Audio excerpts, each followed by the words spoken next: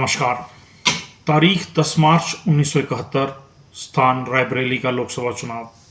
संयुक्त socialist party के उम्मीदवार राजनारायण 1,10,000 मतों से इंदिरा गांधी से हारे। अपितु आज के प्रयागराज तत्कालीन इलाहाबाद उच्च न्यायालय में सत्ता के दुरुपयोग पर याचिका दायर हुई व इंदिरा जी द्वारा सरकारी कर्मचारी यशपाल कपूर को अपना चुनावी एजेंट बनाने व रायबरेली के जिलाधीश, पुलिस कप्तान व गृह सचिव के सहयोग से चुनाव जीता। यह न्यायालय में राजनारायण जी के अधिवक्ताओं ने साबित किया। 12 जून 1975 को इंदिरा जी के चुनाव को इलाहाबाद उच्च न्यायालय ने अमाननीय घोषित कर दिया व 6 साल के लिए चुनाव लड़ने पर रोक लगा दी, जिसके फलस्वरूप पूरे देश में राजनीतिक बुद्धिजीवियों व लोकतंत्र पैरियों में तत्कालीन व्यवस्था के दुरुपयोग के विरोध में ज्योति प्रज्वलित हुई। इंदिरा गांधी जी सर्वोच्च न्यायालय पहुंची। 24 जून 1975 को सर्वोच्च न्यायालय का फैसला इंदिरा जी की उम्मीद के अनुरूप नहीं था। उधर देश में सत्ता के दुरुपयोग को लेकर विरोध की ध्वनि तीव्रता से बढ़ रही थी। 25 जून 1975 को इंदिरा गांधी जी द्वारा प्रस्तावित देश के राष्ट्रपति फखरुद्दीन अली अहमद ने आपातकाल की घोषणा कर दी। सत्ता के सभी प्रतिनिधियों, नेताओं, स्वयंसेवी संस्थाओं, स्वयंसेवकों, आरएसएस सहित सबको जेल में डाल दिया गया। ये भारत के इतिहास का एक नया अध्याय प्रारंभ होता है।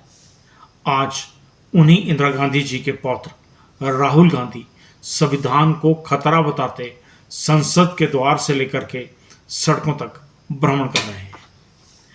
हम आज की युवा पीढ़ी को बताना चाहते हैं कि देश के लिए कुर्बान होने वालों की कुर्बानी व्यर्थ नहीं जाती और क्रांति के लिए चेन जाने वालों की जवानी व्यर्थ नहीं जाती।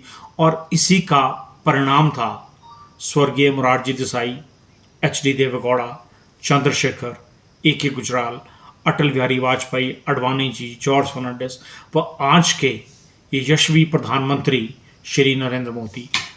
इस क्रांति संघर्ष के पुरोहित जयप्रकाश नारायण, जो सब तत्कालीन अहंकार का विकल्प बने 49 वर्षों में। 25 जून को हम काला दिवस किसी व्यक्ति विशेष के विरोध में नहीं मनाते। यह एक विचार, हट, अहंकार के विरोध में मनाते हैं। आगामी पीढ़ियों को समझना होगा कि लोकतंत्र में जब भी आवाज को दबाओगे, क्रांति पाओगे। आपातकाल की क्रांति में बहुत से नेता गुमनाम हो गए, कुछ पंचतत्व विलीन हो गए, कुछ के अंश किस्सों में तब्दील हो गए।